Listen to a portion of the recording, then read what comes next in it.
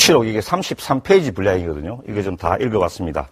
문제되는 부분은 한 5, 6페이지 정도의 한 장 정도의 분량으로 나오는데요. 예. 제가 국민의힘에서는 이걸 가지고 이제 국기문란이다, 뭐 사형에 처할 범죄다 이렇게 나오시는데 제가 보기에 그분들이 이 녹취록을 한번 제대로 읽어봤는지 저는 심히 의심스럽다는 말씀드립니다. 지금 국민들이 의아하게 생각하고 있는 것은 하고 왜 보도 시점하고 다르냐? 근데 저는 이걸 이제 인터뷰라고 보지 않는 거죠. 이게 보면은 카페에서 어떤 고도의 무슨 어떤 목적을 가지고 사전에 조율된 인터뷰라면 카페에서 했겠느냐.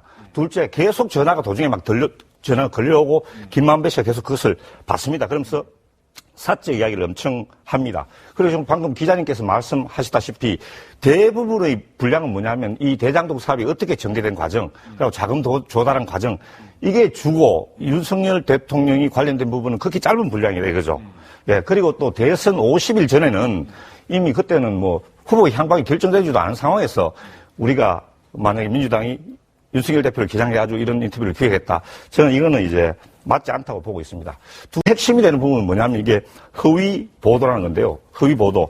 그런데 제가 보기에 뉴스타파에서는 그대로 보도를 했는데 그대로 인터뷰 원문을 공개해서 했는데 일부 언론에서 이것을 이제 보도하면서 조금 해석을 달리하거나 각색을 했다. 이건 충분히 있을 수가 있는 이야기입니다. 그런데 핵심은 뭐냐면은 조우영이 커피를 얻어먹은 검사가 윤석열이 아니라는 건 맞아요.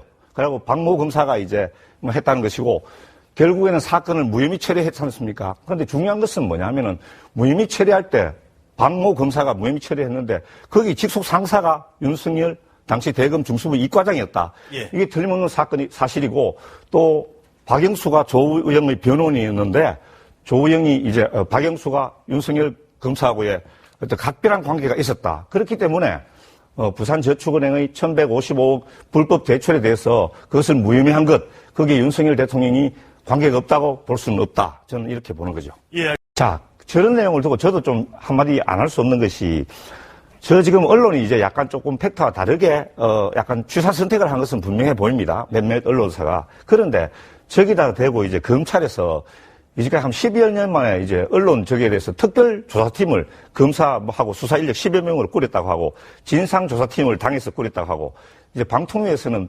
방송사에 대해서 팩트 체크를 제대로 하는지 이걸 또 한번 감사해 보겠다고 하고 기자들 6명을 고발했지 않습니까?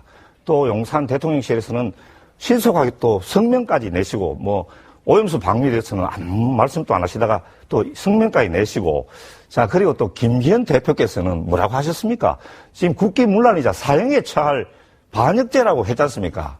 어떻게 판사를 지내신 분이 죄형 법정주의도 모르십니까? 설사 저게 크게 문제가 된다 하더라도 저건 한 명예훼손 정도 저렇게 된다고 보는데 저기에다가 대고 사형죄 지금 안 그래도 언론의 자유가 위축되고 표현의 자유가 위축된다는 그런 우려가 지금 계속 커지고 있는데 이제 국민들은 이제 언론이나 뭐 표현의 자유 이거는 뭐 고사하고 이제 신체의 자유나 생명의 자유까지도 뭐 걱정해야 될 우리나라가 정말 뭐 이렇게 해도 되는 겁니까?